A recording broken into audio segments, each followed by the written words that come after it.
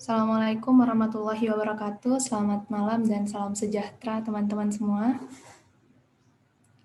Terima kasih atas Malam, partisipasinya sudah bersedia malam hadir Kak. dalam acara diskusi malam ini dengan judul Hiduplah Mahasiswa Maya Volume 1.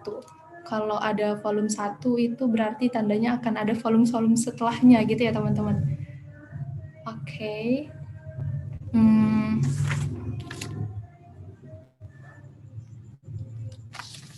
Sebelum mulai acara, izinkan saya memperkenalkan diri.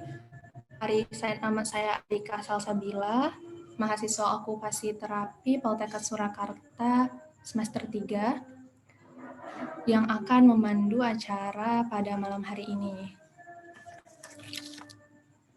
Sangat senang sekali dapat hadir di tengah-tengah teman semua dalam suasana yang sangat edukatif, minggu malam yang sangat produktif ya teman-teman. Kalau misalnya dibilang kaum rebahan itu kerjanya tiduran, ternyata di sini kita punya makna yang berbeda nih. Kaum rebahan, kaum remaja membawa perubahan, gitu ya teman-teman. Walaupun masuknya kita ini remaja akhir, mau ke dewasa awal, tapi nggak apa-apa teman-teman. Walaupun udah dewasa, semangatnya tetap remaja gitu ya. Oke, sebelum masuk ke acara, mari kita buka acara kita pada hari ini dengan membaca doa menurut kepercayaan masing-masing. Berdoa dipersilahkan. Berdoa selesai. Nah, teman-teman, nanti kita akan membawakan judul pemanfaatan media digital untuk belajar terapi okupasi. Sangat menarik karena gini teman-teman, berbicara mengenai tentang era digital, tentu saja sejak kemunculannya era digital ini sangat memudahkan aktivitas manusia ya, atau mungkin bisa dibilang era one click. Satu kali klik udah ada makanan datang. Satu kali klik udah ada yang jemput gitu ya teman-teman. Sangat memudahkan sekali. Nah,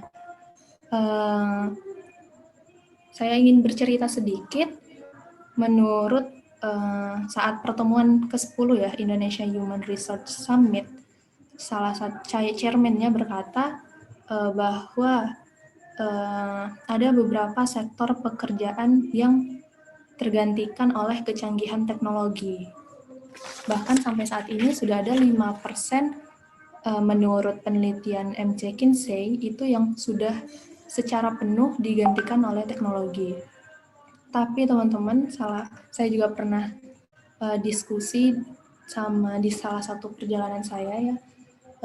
Beliau mengatakan bahwa profesi tenaga kesehatan adalah salah satu profesi tidak dapat digantikan oleh mesin. Kenapa? Karena khususnya sebagai terapis di sini kita itu highly contact sama pasien ya. Untuk melakukan pemeriksaan kita itu harus ada kontak fisik dengan pasien. Jadi sangat susah sekali untuk digantikan oleh mesin. Meskipun begitu, meskipun sudah bisa dikatakan aman, kita tetap tidak boleh ketinggalan zaman gitu teman-teman. Kita tetap harus adaptasi dengan kecanggihan teknologi ini. Nah, apa saja sih yang ditawarkan oleh teknologi untuk okupasi terapi ini? Mungkin akan dibahas secara lanjut oleh Mas Rido. Kepada Mas Rido dipersilahkan.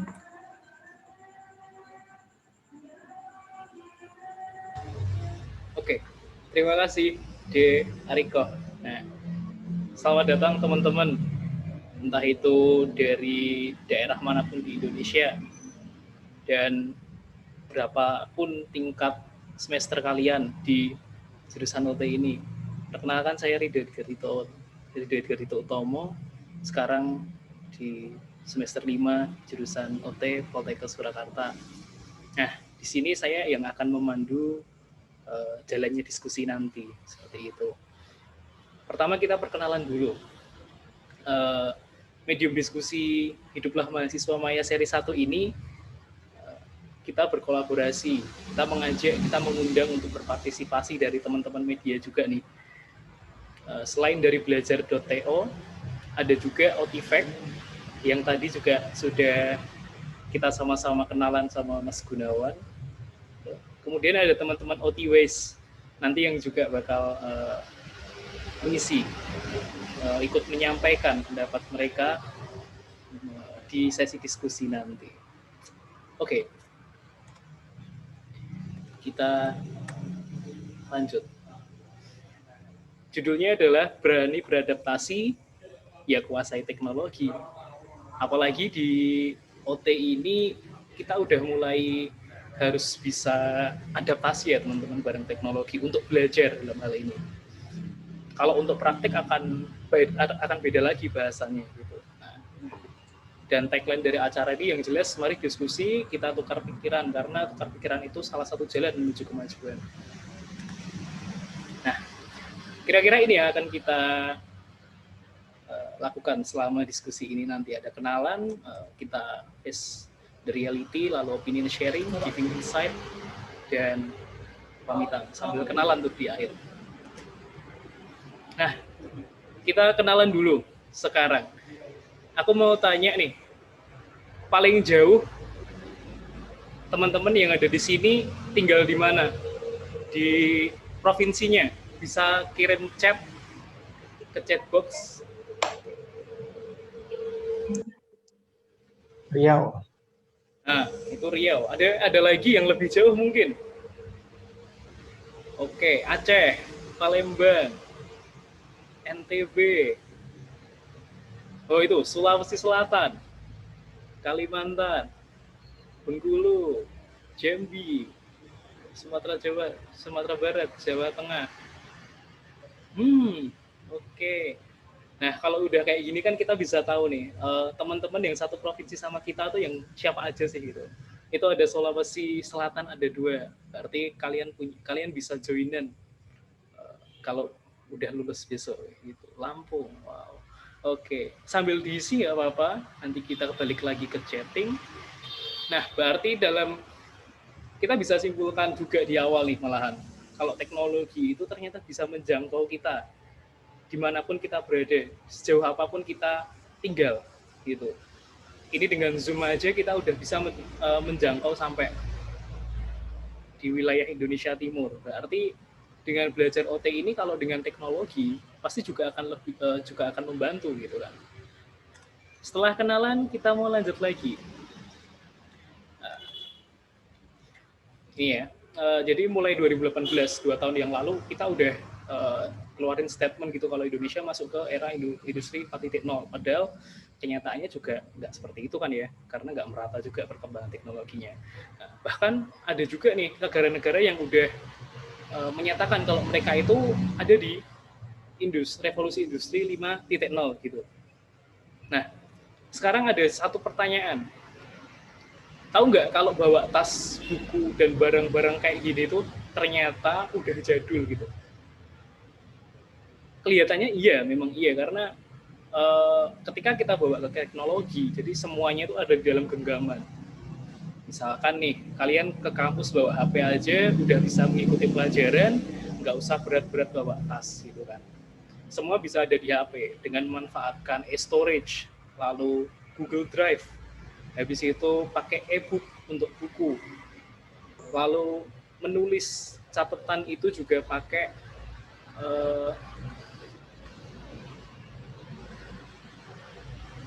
catatan pun juga kita bisa pakai Word yang ada di HP. Lalu kita tulis aja bisa pakai stylus pen. Nah, mungkin kalau teman-teman belum kenal stylus pen bisa stylus pen itu bisa cek di Google nanti. Itu pulpen yang bisa dibuat nulis di handphone atau di tablet kayak gitu. Nah, jadi bisa dibilang kalau hal yang kayak gini itu udah jadul gitu. Ya, karena dengan perkembangan teknologi sekarang tinggal digenggam aja gitu. Nah, ini ada beberapa hal yang bisa menyadarkan kita kalau wah ternyata kita tuh udah ada di zaman yang seperti itu gitu kan. Nah, bisa dilihat pelan-pelan ya. Ini udah penggunaan virtual reality. Ini berita tahun 2020. Ini juga. Oke. Ini penggunaan apa ya? Alat tool atau teknologi untuk mengajar dari guru. itu juga Google Classroom. Nah, ini Jepang udah menjelang 5.0 Society, dan ini justru berita yang paling mengejutkan karena dari Pak Menteri Johnny G. Plate sudah menyatakan ini Indonesia siap menuju digital society. Coba ini nanti kembali ke teman-teman lagi, apakah teman-teman udah merasakan itu ke diri kalian? Apakah kalian udah siap gitu untuk mencapai lingkungan sosial yang serba digital? Nah, kita pengantar dulu nih perkembangan teknologi dari abad pertama sampai tahap kelima deh ya, tahap pertama sampai tahap kelima gitu kan. Kita udah ada di tahap keempat yang mana penggunaan teknologi mesin itu bisa dikontrol oleh remote, wifi, atau paket data. Jadi pakai jaringan wifi itu bisa sebetulnya. Nah, kemudian nanti kita akan sampai di masa yang mana kita kontrol pakai pikiran, kita kontrol pakai tubuh kita sendiri. Itu alat-alat yang ada di sekitar kita udah bisa jalan. Misalnya Google menemukan kacamata yang bisa apa istilahnya ya, bisa untuk searching, bisa untuk buka internet seperti Iron Man. Jadi kalian buka internet itu nggak harus pakai wifi, ngonekin modem dulu atau hidupin tethering, tapi langsung dari kacamata itu bisa kalian untuk searching, untuk surfing ke internet. Jadi hal yang seperti itu sebetulnya bakal terjadi dan bisa lebih cepat terjadi di zaman yang kayak gini. Apalagi belajar semua platform yang terhubung internet juga banyak kan sebetulnya, kayak Ruang Guru dan lain sebagainya. Jadi mereka ini sudah membuka kita untuk menuju ke sana gitu. Nah, ini. Lalu apa sih yang ditawarkan teknologi gitu kan, khususnya di kita untuk belajar OT gitu, belajar terapi okupasi gitu kan. Pertama media elektronik nih, media elektronik ada HP, laptop dan lain sebagainya. Itu tentu bisa mempermudah kita untuk belajar gitu. Akses yang cepat, kita nggak perlu nyari ke buku-buku, harus nyari perhalaman gitu, kita nggak perlu, karena kita bisa manfaatin misalnya PDF, Adobe PDF itu kita tinggal cari menu search, kita tulis aja keywordnya. Misalkan saya mau nyari kata anggap gitu di searching Adobe PDF, itu akan temu di dalam e-book, akan ketemu kata yang ada tulisannya anggap, itu akan ketemu semua. Jadi akses cepat yang seperti itu harusnya bisa memudahkan kita untuk belajar OT khususnya. Digital sharing, kita ngirim tugas, tinggal foto pakai HP, kita kirim aja ke WhatsApp atau ke Instagram atau ke Telegram dan lain sebagainya. Nggak harus kayak dulu, misalkan harus foto lewat kamera dulu, terus data dari kamera diekstrak keluar, taruh flash disk, baru dikasihkan ke teman-teman lainnya. Begitu ribet kan? Nah, ini yang jadi pertanyaan sebetulnya. Nah, terus kalau seperti itu, zaman yang serba mudah, otak kita gimana gitu kan? Otak kita serba cepat gitu, nggak bisa mikir gitu kan, nggak bisa melewati proses pikir yang kompleks, yang ribet gitu, nggak pernah dilatih gitu istilahnya. Nah, berarti dari sini kita harus bisa tahu apa yang harus kita lakukan untuk menjadi bijak dalam memanfaatkan teknologi gitu, khususnya untuk belajar OT kayak gitu. Nah, jadi apa sih yang ditawarkan teknologi? Apakah kemudahan atau malah kesengsaraan atau malah keribetan? Itu yang akan kita ulas nanti dan bisa diproses oleh teman-teman sekarang, bisa dipikirkan oleh teman-teman sekarang. Oke. Nah, berikutnya itu ada prinsip pemanfaatan teknologi. Cukup ada dua sebetulnya untuk kita sendiri ya, khususnya mahasiswa OT ini. Yang pertama preparation, kita perlu bersiap gitu. Kita perlu bersiap untuk misalnya nih, kita akan ada kuliah Zoom. Lalu teman-teman lainnya itu nggak bisa mengoperasikan Zoom gitu. Maka Zoom itu nggak bisa. Nah, kalau kita ngacu ke prinsip pemanfaatan teknologi, kita jadi bisa menguasai teknologi itu ya karena bersiap. Kita tahu dulu fungsi-fungsi yang ada di Zoom itu kayak apa, kita baca dulu, kita pahami dulu. Lalu kita bisa men-settingnya, kita bisa menguasainya seperti itu. Jadi kita ketika pakai Zoom itu kita jadi mudah gitu.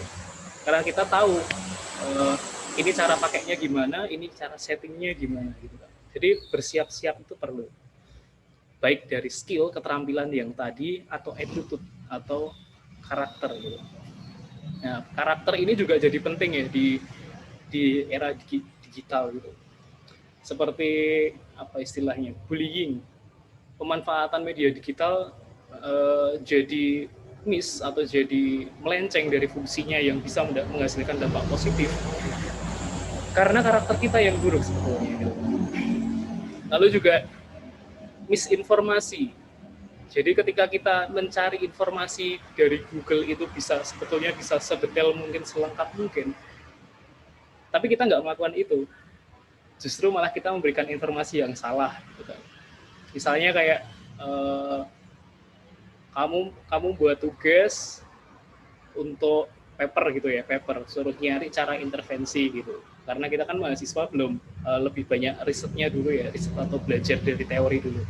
Nah ketika kita belajar dari teori itu, kita nggak kita karakter kita itu nggak belum siap gitu, karakter kita belum siap untuk gimana caranya niat nyari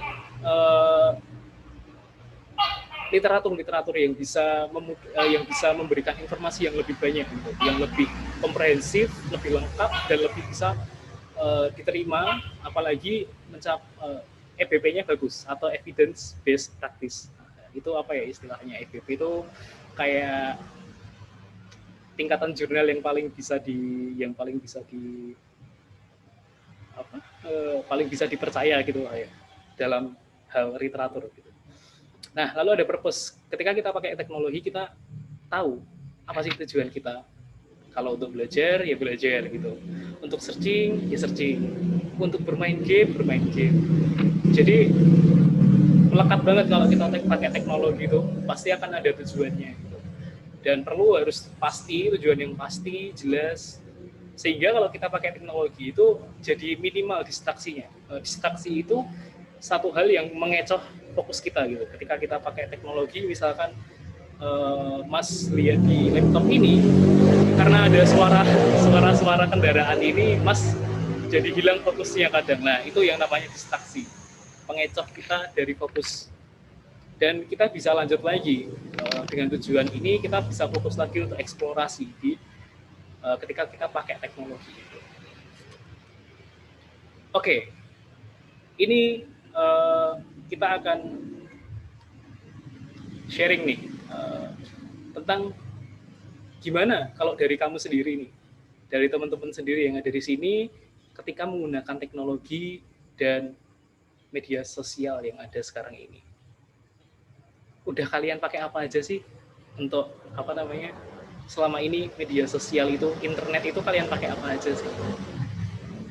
Ada yang mau menyampaikan, ada yang mau sharing di sini? Bisa langsung unmute. Oh iya, mari Mas. Ya aku izin masuk ya Do, nanti habis ini mau apa namanya? Yang ini WOTD bareng OT Library. Oh, oke, siap. Mungkin Mari, sedikit Mas, sedikit aja ngasih review, barangkali ada tanggapan dari forum ini ya silahkan. Tapi basicnya kan ini diskusi ya, jadi siapapun yang terpenting masih dalam konteks yang kita diskusiin malam ini ya silakan, kalau punya ada tanggapan, koreksi segala macam, saran nggak masalah. Cuman kalau dari aku pribadi, menurutku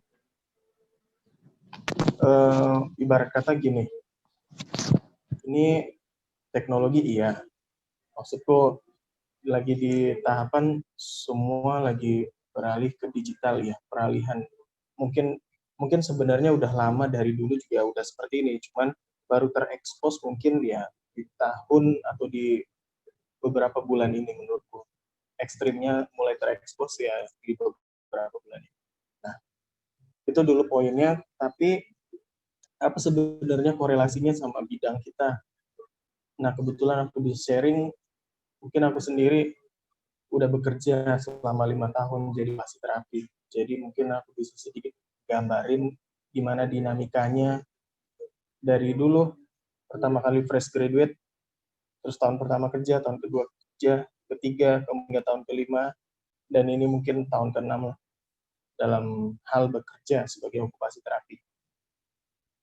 Nah, aku bisa sharing nih, mungkin dari kacamata aku secara praktisi atau mungkin juga pernah mengenyam di seperti teman-teman nih sebagai akademisi atau mahasiswa aktif.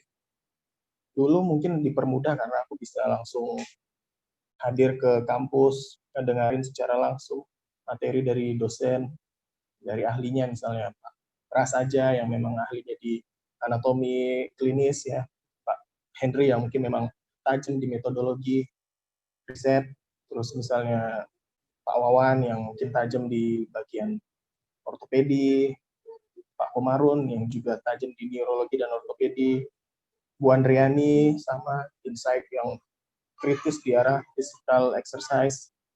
Tapi kalau mungkin teman-teman yang sekarang Zoom, gini, metode belajarnya secara digital, mungkin aspek-aspek komunikasi nonverbal itu kurang tertangkap di media digital ini. Efeknya apa? Ini aku mungkin dari kacamata aku sendiri ya, mungkin kalau teman-teman bisa mengkritisi lewat forum ini boleh banget.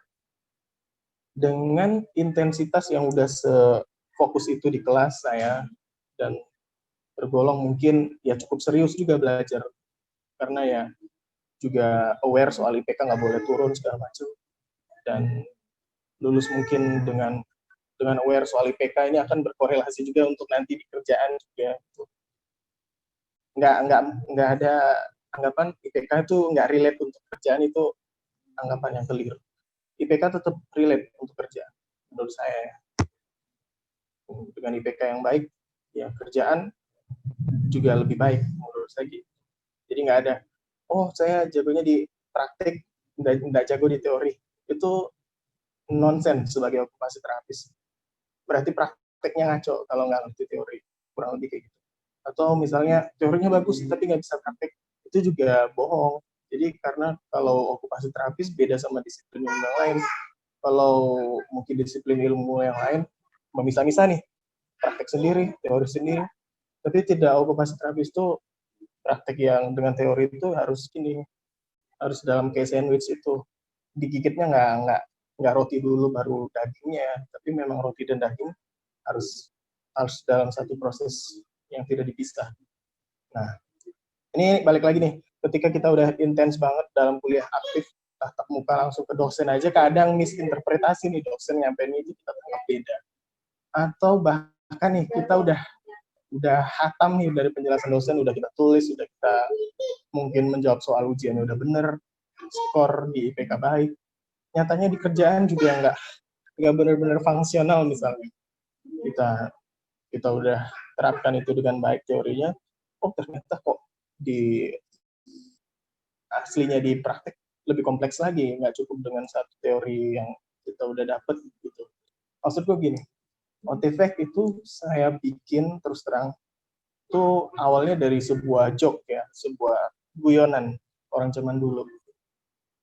Ini saya sering diajakin mak saya terusan. Jadi, kok kamu nggak ngerti informasi ya, Bu? Sering kadang ngejok ke saya kalau saya nggak ngikutin informasi atau berita di TV itu, kadang mak ngasih ngejok kayak gitu, kasih guyonan. Kok kamu informasi ini nggak tahu ya? Emang di kos nggak ada TV gitu. Nah dari situ saya mikir, oh ternyata ya bener juga sih, kalau kita jarang membuka informasi itu kita jadi kayak ya mungkin tahu informasi-informasi, tapi informasi yang perubahannya cepat, yang perubahannya cepat itu kadang kita kurang mengikuti gitu. Nah itu OTVEC itu berawal dari job itu, jadi saya pikir oh mungkin dibikinin aja kali TV, tapi mungkin isi-isinya hal-hal yang masih relate ke OT, jadi orang nggak ketinggalan informasi tentang OT. yang mungkin muatannya sebenarnya literasi atau literal, tapi kemasannya itu lebih simpel lah, dengan sekali tonton gitu, nggak perlu harus ribet-ribet orang tahu tetapi harus baca-baca segala macam. Nah itu saya simpelin jadi OTPX. OTPX sendiri juga sebenarnya itu sih awalnya mula dari guyonan mak saya, gimana ya, kayaknya bikin aja lah kali, kayak yang mungkin mak sampein, mungkin orang lebih tahu sesuatu dengan menonton sesuatu, itu lebih relevan untuk Indonesia daripada orang akan mencari tahu sesuatu dengan membaca sesuatu. Itu sebagian iya. Nah balik lagi nih, OT setelah kita belajar, tantangannya menurutku beneran mengintegrasikan antara konsep ini sehingga bisa membuat sebuah prioritas masalah, terus membuat goal setting, mengevaluasi proses, mereassessment proses, itu nggak gampang. Jadi nggak dengan satu pintu informasi aja, maksudku. Oke, kalau lagi belajar di kampus dengan sangat konsentrasi, mungkin menganalogikan, informasi cukup. Kadang kalau nggak ketemu muscle of knowledge-nya itu, atau gimana istilahnya, muscle of knowledge itu kayak kerangka berpikirnya. Misal nih, ketemu sebuah kasus, tapi muscle of knowledge, jadi kerangka berpikirnya, framework-nya kurang gitu ini, kadang seperti orang pakai kacamata, buyar juga melihat apa sebenarnya identifikasi masalah. Jadi membuat sebuah tindakan ya, yang penting main. Kebanyakan kan gitu, mungkin karena ranahnya banyak. Orang setelah lulus, walaupun dia dipelajari pediatri, ortopedi, neurologi, ujung-ujungnya kerjanya juga pediatri paling kebanyakan kalau di sensus OT. Nggak usah terlalu, waktu kuliah nih, OT, ortopedi ini keren nih, aku mau kerja di ortopedi Tapi ujung-ujungnya paling kalau udah lulus, pediatri ya. Udahlah pediatri aja lah, teman-teman banyak kerja di pediatri, ikut pediatri. Nah, padahal integrasi konsep dari layanan pediatri itu yang paling kompleks dari sebuah, kalau kita lagi bahas sebuah occupational base, itu pediatri yang paling kompleks dari sebuah ranah. Tapi orang kan istilahnya ini menganggap OT pediatri ini simple banget, tinggal bikin analisis aktivitas, goal, terus evaluasi, udah selesai. Padahal nggak sesimpel itu. Teorinya, kalau mungkin ortopedi atau neurologi itu closed system, jadi ibarat kata nih, ya ngelakuin ini, efeknya kemungkinan ini, dan orang bisa berkomunikasi. Nah, kalau anak nih, nah ini contohnya, anak saya, contohnya. Kita dengan misalnya belajar saklek begitu, coba diterapin kan. Bisa aja anak ngasih bias dari sebuah hal yang kita udah paham. Jadi istilahnya teorinya lebih dinamis. Coba mungkin di Rido tadi ngasih example tuh jurnal-jurnal yang soal teknologi. Coba jurnalnya soal anak-anak itu mungkin time-nya itu lebih cepat update. Mungkin baru dirilis di bulan Januari di 2020, nanti Februari mungkin udah ada revisi lagi informasi. Karena informasi pediatri tergolong cukup dinamis. Karena ya balik lagi, muscle of knowledge-nya dia lebih gitulah, lebih kompleks. Jadi kadang nih misinterpretasinya ketika kita udah eranya digital, ini kita mungkin ikut seminar kan, mungkin ikut, tolong pegangin dulu anaknya. Oke, aku nanti kalau misalnya ada yang mau ditanyain boleh ya, tapi misalnya gini nih, aku dari yang aku alamin pribadi aja yang mungkin sharing, kalau teman mau terima semua boleh, kalau dipilah-pilah yang penting-penting aja boleh. Tapi aku cuma ngasih sebuah analogi nih. Balik lagi kenapa OTFX itu ada, aku dari analogi yang tadi tuh. Pengetahuan tentang muscle of knowledge itu penting, karena itu menentukan kita bisa mengurutkan informasi. Sulitnya ketika udah eranya digital, apalagi mungkin teman-teman sering praktik dengan Probandus, segala macam, itu menentukan muscle of knowledge dari suatu hal, itu kadang pasti lompat-lompat, pasti karena kita udah belajar dari tingkat 1 sampai tingkat 3, udah praktik klinik pun, muscle of knowledge-nya itu kita harus benar-benar melihat informasi itu. Syukur kalau teman-teman memang mengikuti namanya OT framework praktis. Itu di situ mungkin secara general udah dicontohkan alur berpikirnya dalam sebuah kerangka kerja. Tapi balik lagi, muscle of knowledge yang saya maksud nih, itu penting untuk merunutkan informasi. Karena informasi ini cukup random.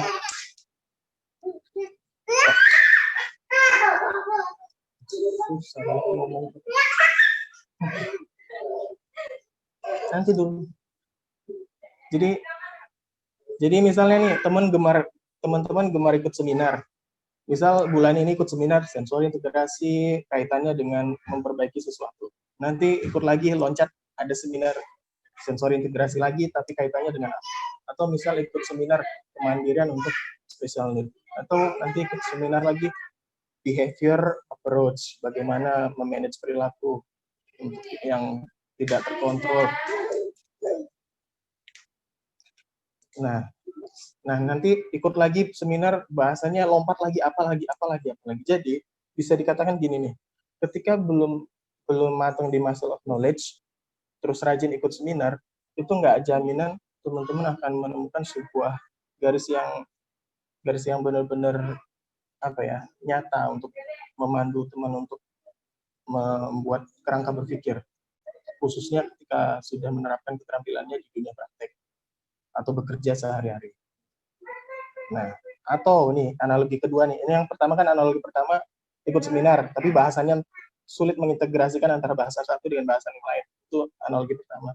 Yang kedua, mungkin langsung ikut pembekalan kerja, misal job training. Itu biasanya juga ada miskonsep di sana. Kadang job training yang dipingin sebuah klinik itu menginginkan ya standar yang seperti klinik itu gitu. Nah, benar-benar itu sebuah kerangka berpikir yang occupational based juga kadangan gitu. Jadi mereka ya SOP-nya begitu, kita ikuti SOP-nya mereka. Tapi SOP-nya tersebut benar nggak sih mengerti muscle of knowledge-nya occupational therapist? Nggak juga kadang. Ya mereka balik lagi, kliennya apa yang mereka inginnya klien apa, ya itu yang difasilitasi. Kurang lebih kayak gitu. Atau nih, analogi ketiga. Sehari-hari memang kita kuliahnya passionnya benar-benar fisik, ortoped. Oh, nyatanya setelah lulus kebelok nih, passionnya harus bekerja di anak. Yang benar-benar blind. Jadi nggak ngerti benar-benar muscle of knowledge. Nah, di situ kita cuma mencontoh behavior, misal senior kita yang kebetulan bekerja di situ. Itu lebih parah lagi. Jadi idealnya memang tidak ada mengandalkan siapa-siapa. Ibarat kata ini kita semua kertas kosong aja, fair aja.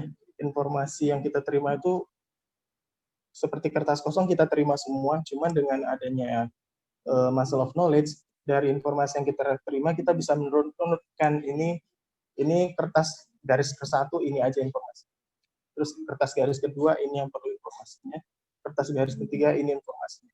Dengan begitu maka memudahkan kita, entah itu sebagai akademisi, entah itu sebagai praktisi. Jadi nggak ada ceritanya ketika di akademisi berpikir begini, di praktisi begini, menjadi tidak nyambung antara yang dipelajari di akademisi. Kalau ada analogi yang seperti itu, balik lagi, miskonsep, berarti muscle of knowledge-nya nggak ketemu, gitu. Maksud saya sih gitu. Atau bahasanya, ada yang bingung nggak teman-teman dari yang saya sampaikan? Mungkin dikoreksi dulu kalau ada yang bingung dari yang saya sampaikan. Belajar teori bagus, udah difasilitasi Mas Rido, karena dengan itu mungkin ya kita bisa sharing dari awal, nggak sampai ketika lulus baru kita berusaha mengupgrade diri. Jadi barat kata develop milestone itu tidak setelah anaknya lahir, tapi memang dari segi anak semester pertama pun udah kita aware dulu nih, entah berat badannya, lingkar kepala segala macam. Jadi nggak pas ketika udah lulus dulu baru membentuk sebuah muscle of knowledge of occupational therapist gitu. Tapi memang dari di tahap kita memilih jurusan ini kita udah oke, kita masuk ke sini dengan sebuah keyakinan nggak salah pilih atau nggak dipilihin orang atau nggak memang karena nggak ada kuliah lain ya udah kita ambil kuliah ini aja, nggak kayak begitu. Tapi memang kalau mau jalan jadi okupasi terapis ya kita tahu ini nggak bidang-bidang yang benar-benar klinis, tapi juga ada banyak berpikir soal konsep praktis gitu, kayak orang-orang harus punya filosofi taktis sebelum melakukan sesuatu juga gitu. Kadang terlihat karena gini, nggak ada metode yang benar-benar semua orang. Maksudnya gimana ya? Metode ini udah manjur untuk semua orang, nggak ada dalam dunia okupasi terapis. Nggak ada satu metode pun yang manjur untuk semua orang. Tapi metode yang baik adalah metode yang cocok untuk satu orang dengan kebutuhannya. Gitu. Sehingga itu mensupport dia untuk mencapai kemandirian. Kadang kemandirian dia dapat tidak dari dirinya sendiri, tapi dengan mendapat support system yang baik. Nah, tujuan okupasi terapi kadang nggak cuma menggali klien faktornya aja, tapi menggali juga relationship dari si klien itu. Dia punya relationship sama peliharaan, ya peliharaannya itu yang dieksplorasi, atau dia punya relationship dengan hal lain yang itu memang support untuk kemandirian, itu yang kadang tidak berbeda. Maksudnya berbeda nih gini, okupasi terapi kadang kalau dianalogiin sebuah orang yang kuratif, kadang dia lebih kompleks dari itu. Jadi enggak judulnya kuratif, tapi benar-benar define apa ya, what's the core problem and how you solve this, does it work or not gitu. Terus ya replan lagi. Terus kalau memang nggak bekerja dengan baik lagi plannya, terus dia apa sebenarnya yang menghambat mesin ini untuk bisa berjalan gitu kurang lebih. Apakah memang tidak ada support system, ataukah memang klien faktornya yang masalah, atau memang karena balik lagi dia nggak punya support system. Nah, gitu. Kadang berpikir okupasi kalau cuma klien faktor, ya cuma jadi pendekatannya kuratif, tapi tidak melihat ke arah support system. Hal-hal yang kayak gitu maksud saya yang saya tadi analogin, muscle of knowledge okupasi terapi mungkin lebih kompleks. Ketika memang miss di awal, kadang kita sulit karena informasi okupasi terapis ini nggak mudah dirunutkan. Walaupun tadi Rido udah sampein dunia digital udah segitu banyak informasinya, tapi itu tantangan bagus, tantangan yang ngeri juga buat dunia okupasi terapi karena informasinya terlalu random. Kalau nggak benar-benar ngerti masalah knowledge-nya, kadang ya lebih bingung lagi dibikin dengan sebuah kemajuan teknologi. Terlepas dari Ajab udah merilis banyak jurnal kah, atau mungkin di kampus juga udah banyak buku kah, tapi kalau tidak bisa merunutkan informasi, nah di situ masalah.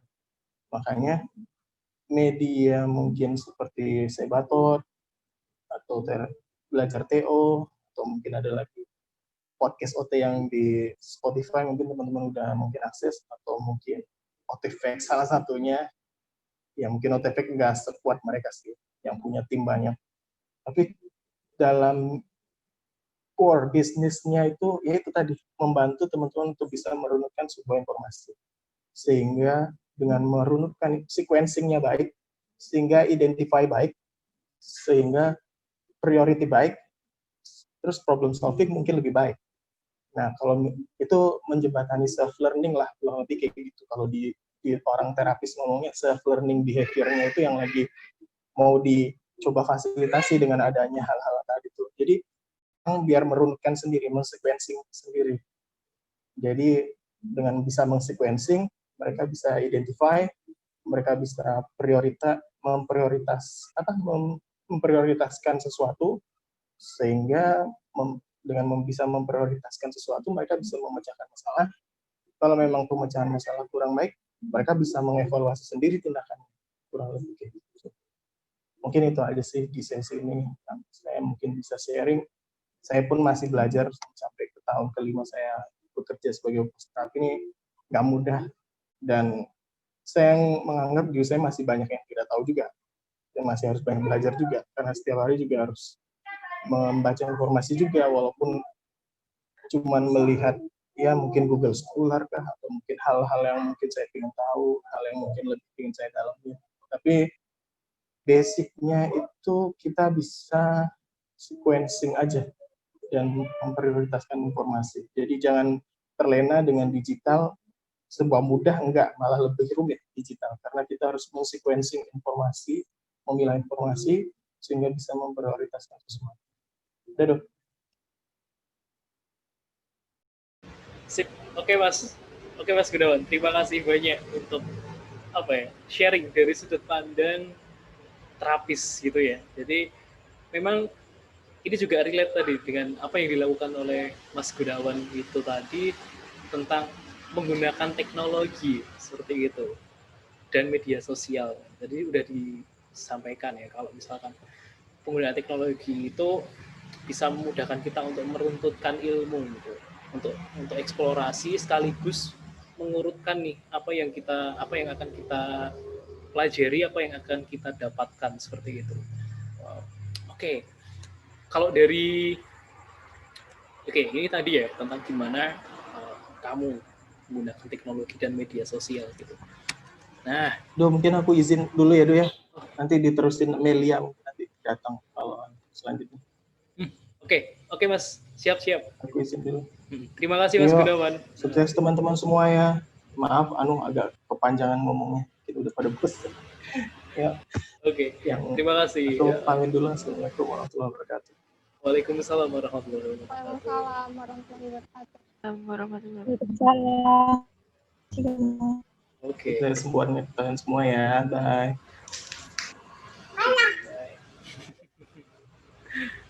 Oke. Wow. Ya. Yeah. Kalau dari aku kayaknya teman-teman udah pada itu ya, karena bahasanya agak berat.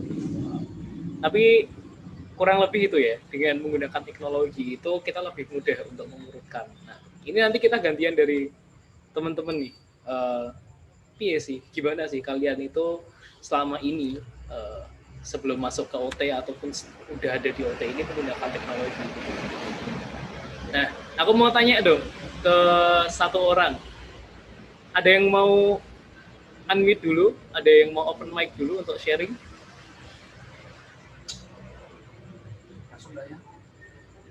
Ada yang mau open mic dulu untuk sharing? Kita di sini juga belajar bareng, bukan untuk menggurui sebetulnya. Lebih ke membukakan pikiran aja sih. Jadi kita kalau pikiran udah terbuka, kita bisa saling sharing tuh. Nah, ada? Ini kayaknya ada yang. Oke, dari Kak Erna. Iya. Sebelumnya saya perwakilan dari OTW mungkin ya. Benar banget sih yang tadi disampaikan sama Mas Gunawan. Nah, tujuan kita juga ngebentuk OTW itu ya tujuannya hampir sama. Nah, tapi kalau kita itu tujuan utamanya tuh ya buat memicu kita belajar. Nah, maksudnya tuh kan kita mau bikin konten nih. Nah, kita kan sumbernya tuh kita dari jurnal, otomatis kan kita juga bareng-bareng nih harus bedah jurnal dan sumber lainnya. Nah, kita juga kan jadi terpaksa nih buat belajar itu. Nah, dengan adanya OTWS itu jadi buat wadah buat kita buat salurin apa sih belajar kita gitu loh. Aduh, maaf nih jarang ngomong depan umum jadi agak deg-deg. Aduh. Nah, intinya tuh belajar gitu. Nah, dengan bedah-bedah jurnal itu, karena kan kepaksa buat bikin konten gitu loh. Nah, jujur saya sendiri kan kayak suka ngedit gitu kan. Nah, dengan adanya OTWS ini mungkin hobi saya juga jadi tersalurkan dengan edit-editan buat bikin konten tersebut. Nah, gitu. Juga kan kita juga anggota OTW juga kan jadi punya tanggung jawab tersendiri buat menyampaikan informasi yang benar ke pembaca semuanya. Ya, mungkin ada tambahan dari OTW yang lain. Itu sih dari aku. Terima kasih. Wow, oke. Itu dari teman-teman OTW ya tadi diwakili oleh Kak Erna ya. Berarti kalau kayak gitu, kalau dari teman-teman nih, kira-kira dari tingkat 1 dulu deh, berapa jam kalian itu pakai handphone? Terus kalian buat apa sih mainan handphone itu selama selama kalian dari awal masuk OT sampai masuk OT ini? Aku penasaran deh dari tingkat 1. Ada yang mau speak up gak di sini? Aku Kak. Ayo dari tingkat 1. Aku mau denger dong dari Ainun Ifah. Ainun Iva? Oke. Iya, Kak.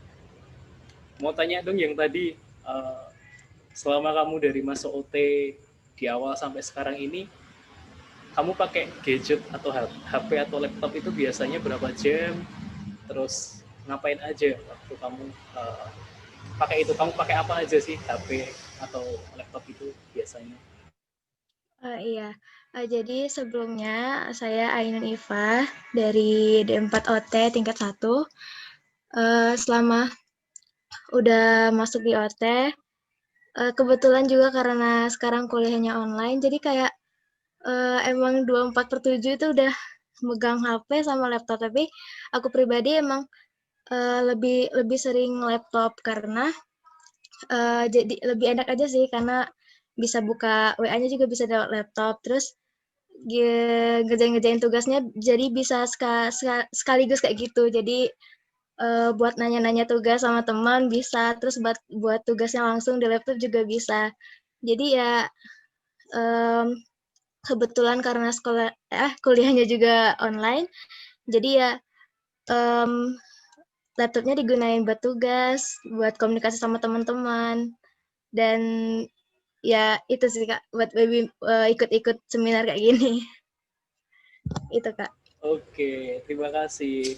Anda kira ini seminar ya? Padahal ini tidak. Maaf Kak, ini diskusi ya? Ini diskusi sebetulnya, bukan seminar. Oke, nah tadi dari Ainun ya, tingkat 1. Jadi kebanyakan dipakai untuk proses kuliah gitu. Oke. Nah, mungkin kalau dari tingkat yang lebih tinggi, tingkat 2, tingkat 3 mungkin bakal lebih akan beda lagi gitu. Nah ini nih, penggunaan sosial media ini sekarang khusus ke sosial media gitu. Nah, ada motor ya. Nah, kalau dari aku pribadi yakin kalau teman-teman ini di sini pasti akan ada, pasti pakai WA, pasti ada WA di HP-nya. Karena memang rata-rata penggunaan itu sosmed sekarang WA sih, gitu. Kalau untuk kuliah terutama. Facebook udah mulai jarang, udah mulai ditinggal karena biasanya pada nyesel dulu pakai Facebook. Kenapa aku pakai nama alay gitu kan di Facebook, terus buka Facebook lagi nggak mau. Padahal di Facebook ini kita bisa lebih connect loh bareng teman-teman OT di luar negeri gitu lewat grup-grup Facebook, dan ada itu ternyata, dan mereka juga aktif di sana. Instagram di sini jadi cukup besar juga ya di bawah WhatsApp untuk akses belajar OT gitu. Twitter juga banyak, cuman aku kurang tahu Twitter itu dipakai atau enggak untuk promosi OT. Dan YouTube juga banyak, hitungannya banyak. Nah sekarang aku mau tanya nih, kita mau diskusiin tentang penggunaan TikTok. Ada nggak di sini teman-teman yang pakai TikTok? Bisa chat di chatbox, nggak apa-apa, jangan malu. Kalau ada yang main TikTok, bisa chat, aku main TikTok gitu. Kenapa gitu? Karena di TikTok ini ya itu ada tuh. Aku kecewa. Ada yang main TikTok gak?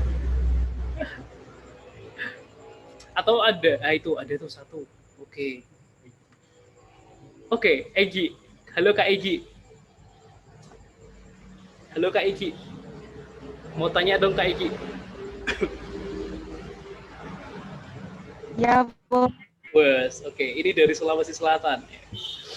Nah, kalau akses TikTok biasanya buka apa aja nih, Kak Egi? Sambil kenalan dulu deh. Oh iya, sebelumnya perkenalkan nama saya Gelowinski dari Sulawesi Selatan, sekarang sudah tingkat 3 atau semester 5. Nah, dari pertanyaannya, ngapain aja sih TikTok? Ya, pastinya ngeliat-ngeliat ya, postingan seseorang, postingan orang-orang. Kemudian yang kedua, kadang juga ngebuat sih, tapi kan cuma ya sekedar ngisi waktu luang. Gitu doang sih. Oke. Jadi untuk leisure ya, untuk mengisi waktu luang gitu ya, untuk hiburan juga. Ya. Oke, terima kasih Kak Egi. Oke, kita lanjut lagi nih. Itu ya tentang sosial media yang kita pakai gitu. Nah, mahasiswa OT menggunakan internet, biasanya itu untuk apa aja sih gitu? Ini baik dari OT Poltekkes, juga OT UI. Ya walaupun ini belum ada risetnya ya. Nah, biasanya yang dipakai tadi, seperti yang disampaikan Mas Gunawan, ada cari jurnal, video materi lewat YouTube, cari foto intervensi juga, kadang ya. Lalu, atau cuman buat buka Soleta untuk absen. Atau ada yang berbeda nggak dari teman-teman yang ada di sini? Ada yang beda mungkin dari 5 tujuan mahasiswa OT pakai ponsel, pakai HP, pakai internet. Mungkin aku mau tanya nih ke Fakhri Zain. Siap, Kak. Oke, mau tanya nih, Ri. Kamu kan mahasiswa OT nih, pakai internet tuh biasanya kamu pakai apa aja nih? Untuk informasi juga utamanya untuk pelajaran juga. Cuma untuk Evan itu pasti dong. Oke, sip, keren. Nah, berarti kalau dari teman-teman tingkat 1 udah bisa explore, kalau menurut saya rasa udah cukup bagus ya. Jadi OT itu benar-benar bingungin banget kalau di tingkat 1, jadi memang perlu explore gitu. Nah, tadi belum ada bedanya ya sebenarnya ya. Explore-nya juga belum terlalu banyak. Oke. Nah, itu ada Kak Dinda. Gimana Kak Dinda? Pengalamannya dengan cari teman OT di luar negeri. Ya sebagai aku pribadi nih, pemanfaatan internet atau sosial media itu ya buat cari teman OT dari luar, jadi ntar kita sharing. Ya gitu sih, itu aja. Wow, keren. Iya, betul sekali. Kadang OT luar negeri itu mereka lebih welcome dengan kita gitu, kalau kita tanya. Dan rata-rata teman-teman OT di luar negeri itu mereka pakai Instagram atau pakai akun sosial. Nah, betul sekali, untuk advokasi sama promosi. Iya, betul. Nah, nah, sekarang ini nih, momen penasaranmu sewaktu cari-cari info OT di internet. Kira-kira apa nih? Aku mau tanya dong ke tingkat 2 sekarang. Ada yang mau sharing dulu dari tingkat 2? Ada nggak nih? Kalau nggak ada, aku mau tanya ke Kak Novera. Kak Novera. Ya, Kak. Mau tanya nih tentang momen penasaranmu waktu cari-cari info OT. Itu kapan dan apa itu yang kamu cari? Tentang apa itu, Deknov? Paling itu tentang kayak apa ya, kayak peluang apa namanya kerjanya itu Kak, kan aku penasaran dulu kan belum begitu paham kayak OT itu kerjanya gimana, terus kayak gimana gitu. Aku sih sering-seringnya cari-carinya kayak gitu. Oke. Jadi tentang peluang kerja gitu ya. Nah, coba kalau dari tingkat 1 nih, mesti bakal beda juga nih dari tingkat 1. Aku mau tanya dari Dek Shirley Nasvi tentang momen penasaranmu ketika cari OT, Dek. Dek Shirley, oke. Momen penasaran ketika cari info OT di internet. Iya. Biasanya kan kami banyak tuh cari jurnal. Nah, penasaran ini kalau misalnya jurnalnya itu dalam bahasa Inggris.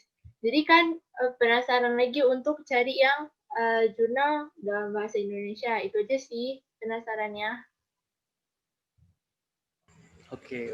Berarti tentang cari referensi ya yang bahasa Indonesia gitu. Padahal kalau kamu cari nggak akan ketemu. Ada sih. Kalau dari UI itu ada beberapa aja. Tapi aku kurang tahu website yang kumpulan jurnalnya yang mana. Kalau dari Poltekkes ada, tapi di slide ini nggak ada sih, nggak tak cantumin gitu. Ada websitenya. Nanti mungkin di grup aja ya tak cantumin websitenya. Nah, ini ya tentang tetaplah penasaran gitu kalau di OT. Jadi karena wahana digital itu cocok banget untuk jadi tempat kita penasaran gitu, terus cari. Kita lanjut. Ini kita sudah sampai ke giving insight. Nah, jadi dari kami belajar terapi okupasi juga dari OTWS pasti juga udah pernah akses semua ini tentang website jurnal gitu ya. OT itu erat banget sama literatur tertulis gitu. Jadi seperti juga yang disampaikan Kak Gunawan tadi kalau memang kita tuh perlu banget menggali literatur gitu dari tentang OT, tentang intervensi kah atau tentang pengenalan apa itu okupasi kah, makna okupasi dan lain sebagainya, itu banyak banget dimuat di dimuat di jurnal. Nah, ini salah satu beberapa gerbang jurnal yang bisa kita akses gitu. Ada Google Scholar. Google Scholar itu pasti banget jadi idaman banget lah ya bagi teman-teman mahasiswa gitu. Lalu yang sisanya itu dia percabangan. Itu juga website. Kalian ketik aja nanti di Google, ada Ovid, ada Taylor and Francis dan lain sebagainya, itu kalian aja. Nah, jadi database gitu, database jurnal. Dan masing-masing di dalam itu ada jurnal masing-masing. Misalkan di Wiley, itu ada Australian Journal of Occupational Therapy. Aku lupa Outjot atau Adjot, aku lupa. Terus di SAGE itu Royal College British Occupational Therapy. Hindawi itu OT internasional dan di sana gratis akses jurnalnya. Nah, jadi gerbang-gerbang jurnal ini bisa kalian akses, ada yang gratis, ada yang berbayar. Nah, cocok buat belajar. Nah, oke, sorry ya kalau ada suara motor lewat. Biasa kalau malam kampus, daerah sekitar kampus ada banyak. Nah, teman-teman yang belajar dari podcast yang tipe auditori bisa belajar dari 3 ini. Ini cuma contoh aja ya, sebenarnya ada lebih banyak lagi. Ada Occupied, ada OT for Life, ada Senior Florist, sama podcast OT. Yang bahasa Indonesia podcast OT itu ranah pediatri biasanya. Kebanyakan bahasa ranah pediatri. Wow. Nah, ini tentang podcast ya. Nah, lalu ada belajar dari blog. Selain dari jurnal juga ada blog nih. Ada OT Potensial, terus OT Mom Learning Activities, ada My OT Spot, sama Sebat OT. Kalau dari Sebat OT, dia yang bahasa Indonesia, dan di sana muat banyak artikel tentang OT juga gitu. OT Potensial ini juga recommended karena di sana ada istilahnya postingannya itu ada referensinya banget gitu. Jadi kadang di satu blog post itu ada dia itu jelasin ngasih referensi tentang literatur yang terkait sama satu topik, misalnya telehealth gitu, ada di sana. Dikasih linknya, jadi kita bisa akses. My OT Spot itu banyaknya tips sama pengalaman selama jadi terapis. Lalu ada OT Mom Learning, itu satu situs untuk rekomendasi aktivitas ke anak-anak. Jadi isinya ya blog itu isinya yang OT Mom Learning itu contoh-contoh aktivitas untuk bermain gitu. Nanti bisa diakses di itu ya, di Google. Tinggal diketik aja itunya, nama-namanya. Oke. Nah, mungkin sebelum ke sini aku mau tanya dulu nih dari teman-teman. Oke, dari KM. Sorry banget ada suara mobil. Nah, aku mau tanya dulu tentang insight-insight tadi dari teman-teman OTWise. Ada yang mau di-sharing nggak ke teman-teman yang ada di sini? Nanti kita gantian ke orang yang lain. Teman-teman OTWise yang udah memulai dengan bermedia. Iya, Oke. Iya, siapa dulu nih? Anda dulu deh. Oke. Oke. Oke, sebelumnya kenalan dulu ya. Saya Hana Hidayati, saya mahasiswa Poltekkes, tepatnya D3, tingkat 3. Nah, saya di sini juga perwakilan dari OTWays. Boleh ya dikepoin IG-nya @ot.ways. Nah, oke. Yang ingin saya sampaikan itu manfaat dari teknologi sendiri itu ya, itu benar-benar penting apalagi di era sekarang. Nah, apa sih manfaat teknologi yang benar-benar kita rasakan dan bisa kita manfaatkan? Untuk yang pertama, yang paling utama itu kan untuk promosi OT ya. Nah, sebenarnya pembuatan OTW sendiri itu juga atas dasar guyon kita ya. Kita tuh punya banyak sekali dreaming, kita punya banyak sekali mimpi, punya banyak sekali halu yang ingin ingin kita wujudkan bareng-bareng gitu bersama teman-teman OTWs. Nah, salah satu mimpi kita itu kita pengen bikin satu komunitas atau satu langkah gitu yang bisa mengenalkan apa sih OT gitu, apa sih okupasi terapi. Nah, itu sama balik lagi ya kita ke promosi OT. Nah, jadi tujuannya itu emang untuk promosi OT yang pertama, untuk pembuatan OTW itu sendiri. Dan kita lebih bersyukurnya lagi kita hidup di masa sekarang di mana ada media sosial atau teknologi yang mempermudah kita. Sehingga target awalnya kita sendiri itu di media sosial dulu yang lebih kita sering buka oleh umum itu kan Instagram. Jadi di situ kita pengen nih promosiin OT yang eye-catching, yang gampang diterima sama masyarakat. Kan kebanyakan orang tanya ke kita, OT itu apa sih? OT itu apa sih? Tapi kita tuh kadang kesulitan ya buat kayak menjelaskan. Kadang kita tuh masih muter-muter buat jelasin itu. Nah, kita tuh pengen menciptakan OT yang gampang dikenal sama masyarakat. Nah, itu sih tujuan awalnya. Dan balik lagi ke yang disampaikan sama Erna. Akhirnya kita bisa belajar dulu dari dasarnya, belajar dulu dari jurnal. Jadi, apa ya, manfaatnya tuh benar-benar ada sih. Udah gitu aja. Ada lagi mungkin dari anggota OTWs yang lain yang ingin menyampaikan? Ya, aku mau masuk ya. Salma atau aku yang mau masuk? Aku dulu deh, nyambung. Oke, ya udah. Nah, jadi fungsinya itu kita itu mengembangkan literatur OT itu yang berbahasa Indonesia. Jadi kayak mengindonesiakan okupasi terapi. Kan yang kita tahu okupasi terapi itu kan budayanya ataupun misal aktivitasnya itu kan pasti tergantung banget sama dari luar negeri. Nah, itu bisa kayak diadaptasi jadi lebih ramah di Indonesia gitu. Selain itu, supaya kita bisa menjelaskan apa itu OT sebagai kita terapis ataupun mahasiswa juga harus tahu dasar-dasar ke-OT-an itu apa aja. Nah, di situ sih challenge buat belajar yang benar-benar dari sumber yang benar gitu. Oke, Dinda mau nambahin? Ya, jadi udah dijelasin tadi ya sama Mbak Salma. Kalau salah satu tendensi kita untuk membuat OTWS itu bikin OT itu dikenal oleh banyak orang dengan ramah gitu ya. Maksudnya jurnal-jurnalnya juga udah di bahasa Indonesia kan, udah kita istilahnya, udah kita bongkar gitu.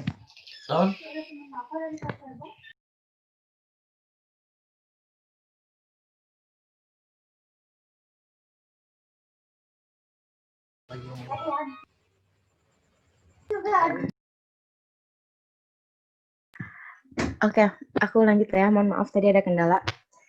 Terus benefit sosial media sendiri bagi OTWs itu untuk menambah relasi. Jadi kan tadi udah dijelasin berawal dari kegabutan, dari halu kita, teman-teman OTWs yang lain yang cuman berempat doang gitu.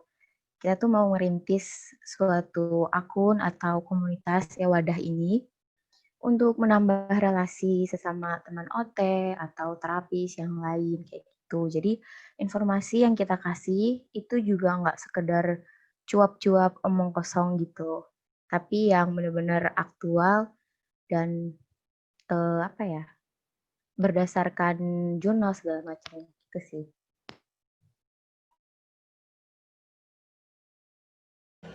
Wow, oke. Terima kasih teman-teman OTWs juga udah sharing ke kita nih tentang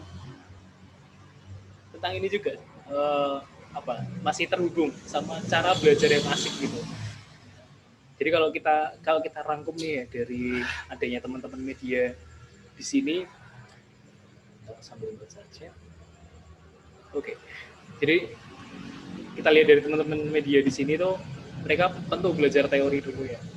Sampai paham gitu. Jadi ketika dia udah bisa memahami teori, mereka bisa berbagi dengan lebih enak, lebih nggak kepikiran lagi, oh apa yang aku share ini ada dasarnya kayak gitu. Jadi setelah teman-teman ini membekali dengan teori, mereka kreatif, mereka aplikatif gitu dengan teori yang ada, mereka buat konten, mereka buat sajian untuk orang banyak selain untuk dirinya sendiri gitu. Dan dari situ mereka juga belajar bahasa, terutama kalau di OT itu kan bahasa Inggris gitu, ke bahasa Indonesia. Di sini ada polanya juga lah ternyata. Setelah itu mereka juga belajar bahasa dan komunikasi gitu. Dan mereka juga memahamin konteks. Jadi teman-teman media ini gimana caranya membuat konten, membuat sajian untuk teman-teman OT atau halayak media, netizen gitu, yang lebih bisa diterima. Berarti konteksnya di sini ya menggunakan bahasa yang lebih mudah, yang mudah diterima, lalu penggunaan durasi misalkan dalam video ya, durasi tayangan yang nggak terlalu lama gitu. Lalu penggunaan subtitle yang bisa diakses untuk teman-teman tunarungu juga. Nah, itu menjadi penting ternyata dan bisa diaplikasikan selama proses belajar ketika kita belajar gitu. Lalu perdalam minatmu. Nah, kadang ada juga teman-teman itu yang lebih memilih untuk belajar lebih ke pediatri atau lebih ke neurologi atau kejiwaan kayak gitu, atau kesehatan jiwa. Lalu kalau kaitannya dengan konten ini, teman-teman OTWs atau OTFAC dan belajar OT sendiri punya arah masing-masing terkadang. Walaupun visinya juga sama, belajar dan menyajikan. Jadi learn and share ke teman-teman melalui media. Dan dari situ mereka terus jalan. Kalaupun ada kesalahan pasti akan direview, akan dievaluasi, lalu balik lagi deh jalan. Jadi proses belajarnya itu mengalir. Nah, makanya hal yang seperti itu bisa dibilang belajar yang asik, itu belajar dari konsep, praktikal, dan eksperimental. Jadi kita belajar dari teori, kita masukin informasi dulu ke otak, lalu kita praktekkan, lalu kita eksperimen, kita cobakan. Bedanya praktikal sama eksperimental apa? Kalau praktikal itu kita belajar, kita melakukan itu berdasarkan teori. Tapi kalau eksperimental kita udah nggak mikir teori, pokoknya yang ada di kepala dilakuin ke objek atau ke probandus atau ke konten gitu misalnya. Nah, ini jadi hal yang yang bisa kita sama-sama pahami ya teman-teman, untuk istilahnya untuk belajar itu sebenarnya bisa dibuat asik loh kalau proses belajarnya enak. Dan kalau bisa kita juga harus sampai ke tahap ini. Seperti apa yang dilakukan sama teman-teman media nih. Terlepas teman-teman nggak harus membuat media, jadi menggunakan akun masing-masing gitu selain untuk mempost atau mempromosikan personal branding kalian gitu, atau untuk sekedar happy-happy, kalian juga bisa menggunakan akun kalian itu untuk promosi gitu, atau sekedar sharing aja tentang OT, baik itu lewat Instagram Live atau lewat feeds Instagram dengan postingan-postingan gitu, dan lain sebagainya. Blog juga bisa, vlog juga bisa, atau podcast juga bisa gitu. Banyak banget sih tentang gimana cara kita bisa membagikan gitu, share. Bisa dari nulis, diskusi seperti yang apa yang kita lakukan ini. Jadi segala momentum, segala tempat, segala kesempatan itu sebenarnya bisa untuk sharing gitu. Cuman apakah kita mau, apakah kita bisa, itu kadang terlalu nempel di otak, terlalu nempel di kepala. Padahal kita tinggal menyalurkan aja, kita tinggal buka kerannya, atau kita buka pintunya itu sekali, yaudah kita ngalir aja. Terlepas kita nanti apa yang kita share itu salah atau enggak gitu. Jadi membagikan ilmu itu juga bisa dirasa juga penting. Nah, kalau dari teman-teman, ada nggak sih yang sudah, dari teman-teman tingkat 1 khususnya, yang udah berusaha mahamin OT terus suruh jelasin ke orang tua? Ada nggak di sini? Terus bisa menjelaskan walaupun salah-salah. Ada nggak dari teman-teman tingkat 1? Coba dari, atau ada yang mau menyampaikan dulu nih tentang berbagi informasi seputar OT ke keluarga. Ada yang mau sharing?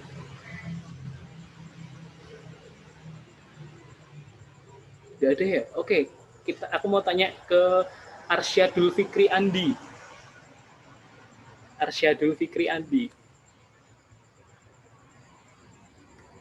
Oke, thank you. Iya, Bang. Nah, gimana pengalaman kamu pas udah kuliah ini terus ditanyain OT itu apa sih? Gitu. Kamu bisa menjawab nggak? Atau apa yang kamu rasain ketika ditanyain itu kayak gitu? Apa kamu bingung? Apa kamu gimana? Gitu. Bisa disampaikan? Awalnya sih bingung, Bang, karena baru masuk di jurusan okupasi terapi, Bang. Masih bingung gimana sih sebenarnya okupasi terapi itu ke depannya atau gimana gitu. Masih bingung sih, Bang, gimana jelasinnya ke keluarga. Oke. Nah, kalau caramu sendiri waktu itu menjelaskan OT, apakah cuma lewat lisan atau ada kamu pakai media gambar atau gimana di Arsyad? Penyampaiannya cuma pakai lisan aja, Bang.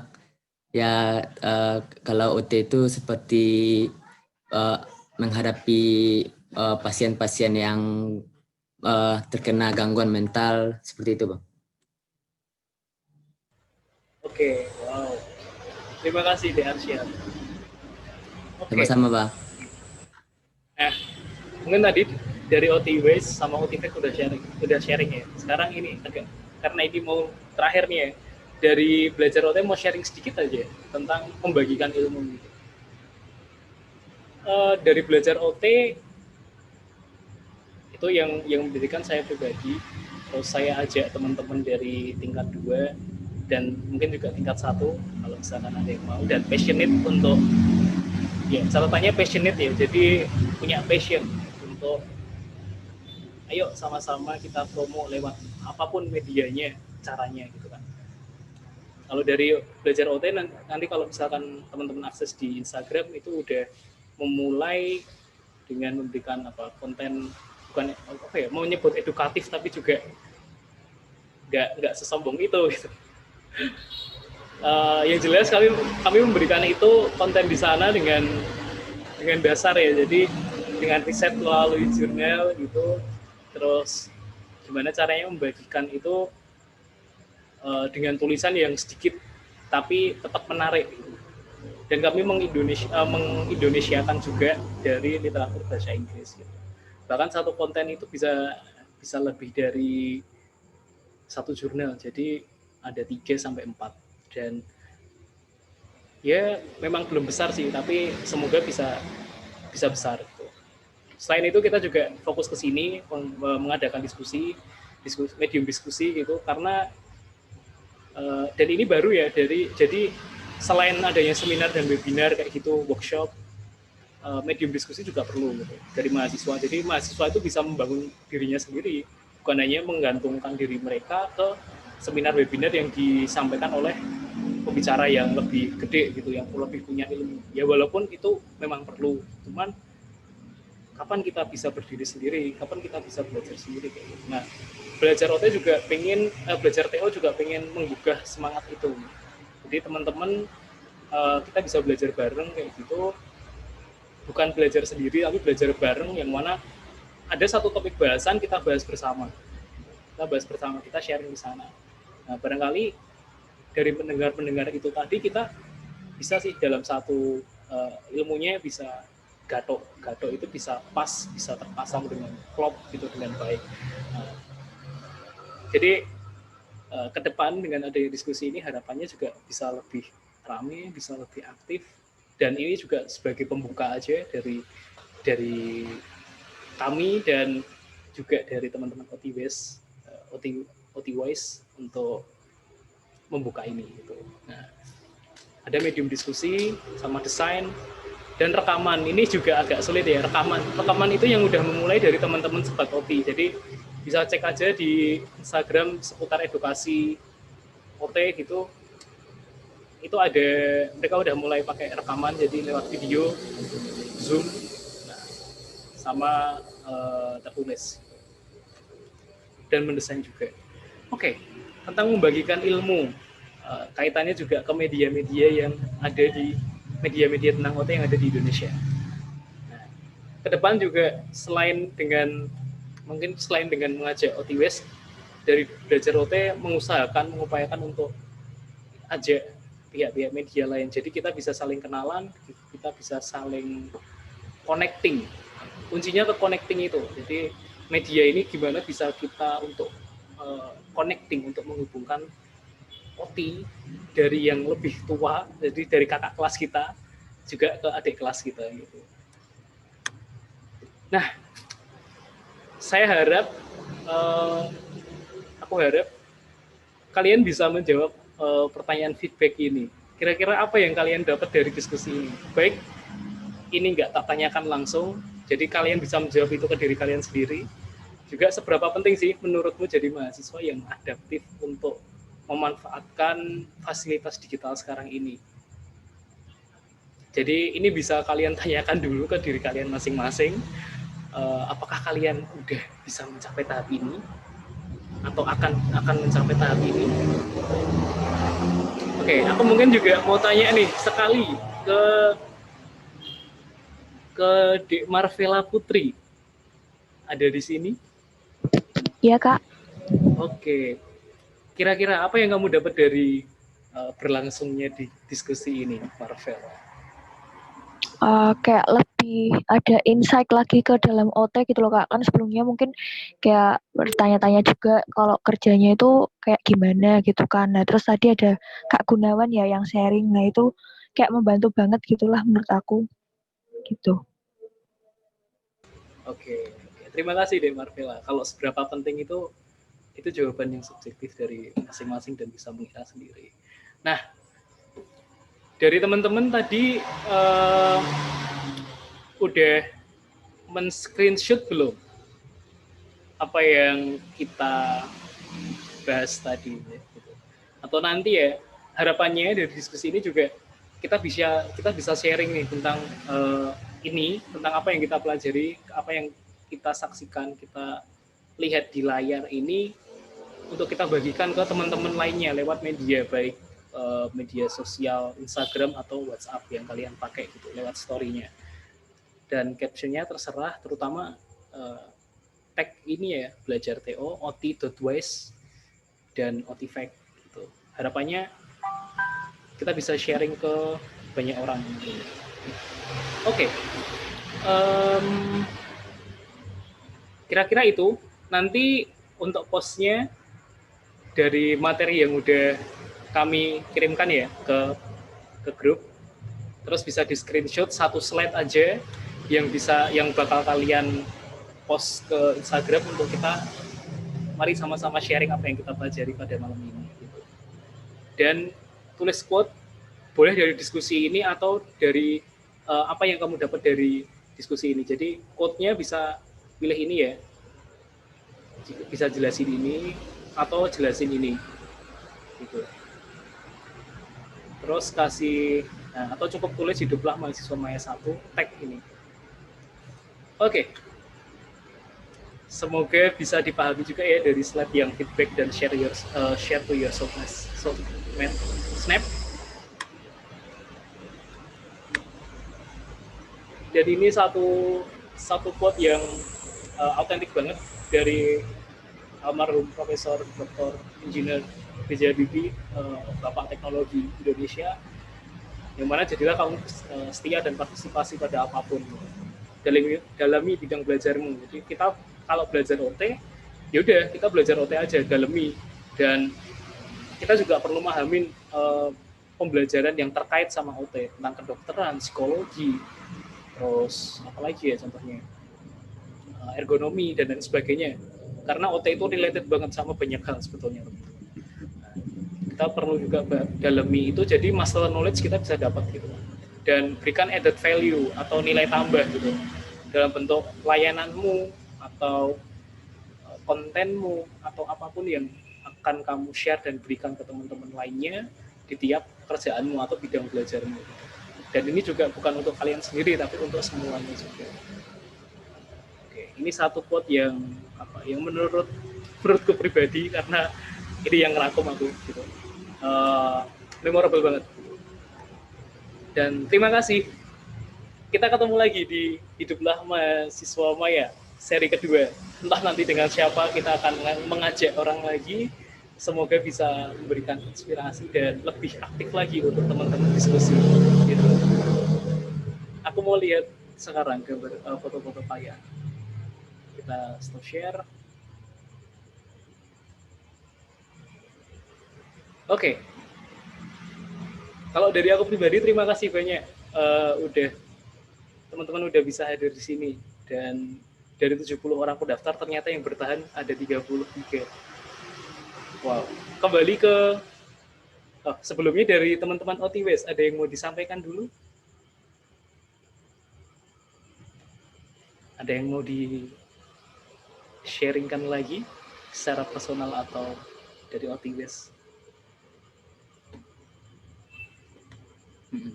Oke. Oke.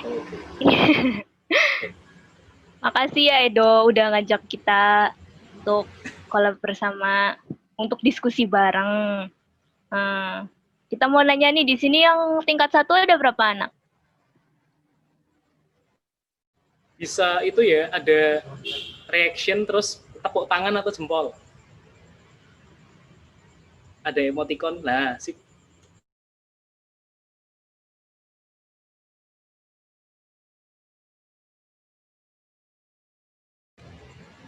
Wow, cukup banyak juga ternyata. Banyak juga ternyata.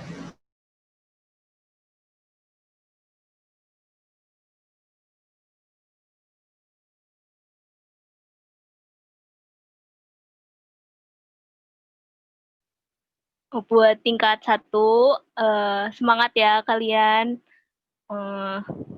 Apa ya? Kalian mungkin masih bingung ya kadang OT itu apa, dan kalian kadang suka ngeluh kayak maksudnya kalian juga masih adaptasi gitu sama matkul-matkul yang di OT. Semangat ya, kalian itu baru memulai perjalanan gitu. Jadi jangan nyerah ya.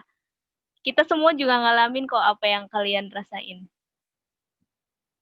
Kayak bingung di awal dan susah buat mencerna materi-materi yang ada. Tapi kalau misalnya kalian usaha terus dan tanya aja ke cutting atau ke saudara kalian atau ke kakak tingkat lah. Kalau misalnya ada materi atau tugas yang kalian nggak tahu atau kurang pahami, bisa kok nanti mereka juga kasih sedikit kayak pemahamannya gitu sih. Mungkin teman OTWs yang lain ada tambahan?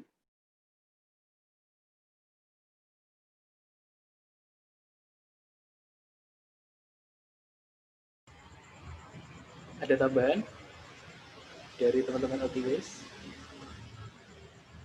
Kayaknya udah nggak ada nih. Oke, kalau udah nggak ada, ini juga jadi bentuk perkenalan ya dari Oke, sekali lagi terima kasih buat teman-teman yang sudah stay juga di diskusi kita hari ini. Semoga kedepannya kita bisa ngajak orang lebih banyak lagi, lebih bisa terdampak lagi oleh diskusi yang seperti ini. Karena to be honest, kalau di OT itu memang agak sulit untuk diajak seperti ini. Makanya kita ingin mempermudah dengan memberikan akses itu, baik dari belajar TO, juga dari OTWs, juga dari teman-teman media lainnya. Nah, semoga kedengeran ya, karena ada suara sepeda motor dan mobil ini. Oke, kembali ke De Arika.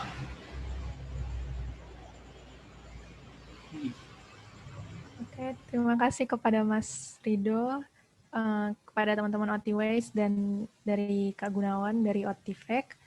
Sebenarnya ada satu pertanyaan dari aku, tapi tadi keburu Kak Gunawannya keburu live nih. Yang sebenarnya pertanyaan ini udah muncul sejak semester 1 ya, waktu Pak Bambang ngomong bahwa kebanyakan okupasi terapis itu milihnya pediatri. Nah, itu tuh masih menjadi pertanyaan, kenapa? Apakah bidang fisik, ortopedi, dan kesehatan itu tidak menarik? Sehingga kebanyakan dari terapis okupasi itu memilih pediatri. Tapi mungkin ini akan ditanyakan di diskusi lanjut ya. Sama tadi pertanyaan dari Kak Indah ya, membangun relasi dengan OT luar negeri itu gimana? Apa udah dapet, udah punya temennya? Nah itu mungkin bisa di-sharing tuh, gimana caranya? Mungkin lain kali ya. Bersyukur banget ada diskusi ini, karena dulu waktu aku tingkat 1 juga sempat kebingungan dan nggak tahu mau lari kemana gitu teman-teman. Alhamdulillahnya sekarang sudah difasilitasi dari teman-teman OT juga.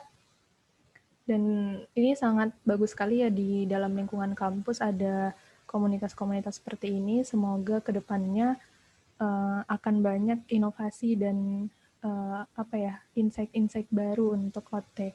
Karena OT di Indonesia itu cuma ada 2, dan kalau teman-teman baca masih termasuk jurusan langka ternyata di Indonesia.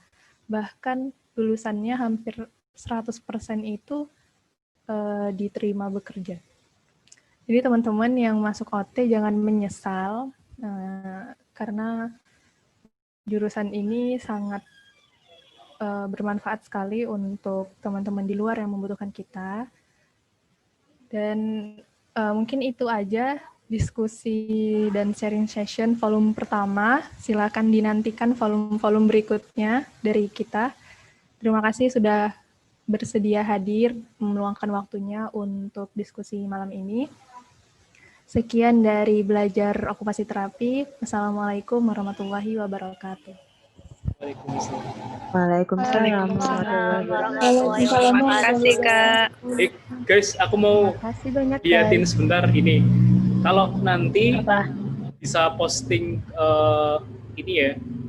Jadi nanti kalian bakal tak kasih ini. Nanti fotoin di screenshot dari HP nggak apa-apa, atau dari laptop, satu slide tentang ini. Terserah kalian yang milih slide yang mana, karena itu yang bakal kalian bagikan ke sosial media kalian. Saya ada motor. Terserah kalian milih yang mana, itu yang akan kalian bagikan ke sosial media. Terus ya, jadi screenshot dan posting itu. Kira-kira paham? Bisa dipahami nggak? Jadi misalkan ini kita screenshot, kita post gitu. Oke. Semoga bisa memberikan dampak ke lainnya. Thank you semuanya. Terima kasih Kak Edo, bermanfaat banget malam ini. Terima kasih.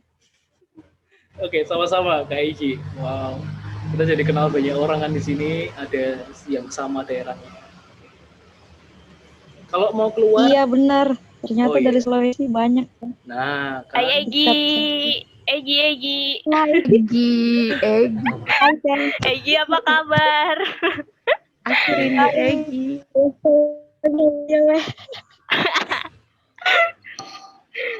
Kalian sekelas loh. Ketua angkatan kita. Iya. Oh iya, ini Tadi ketua. kayak gini dong. Ketua angkatan ganti.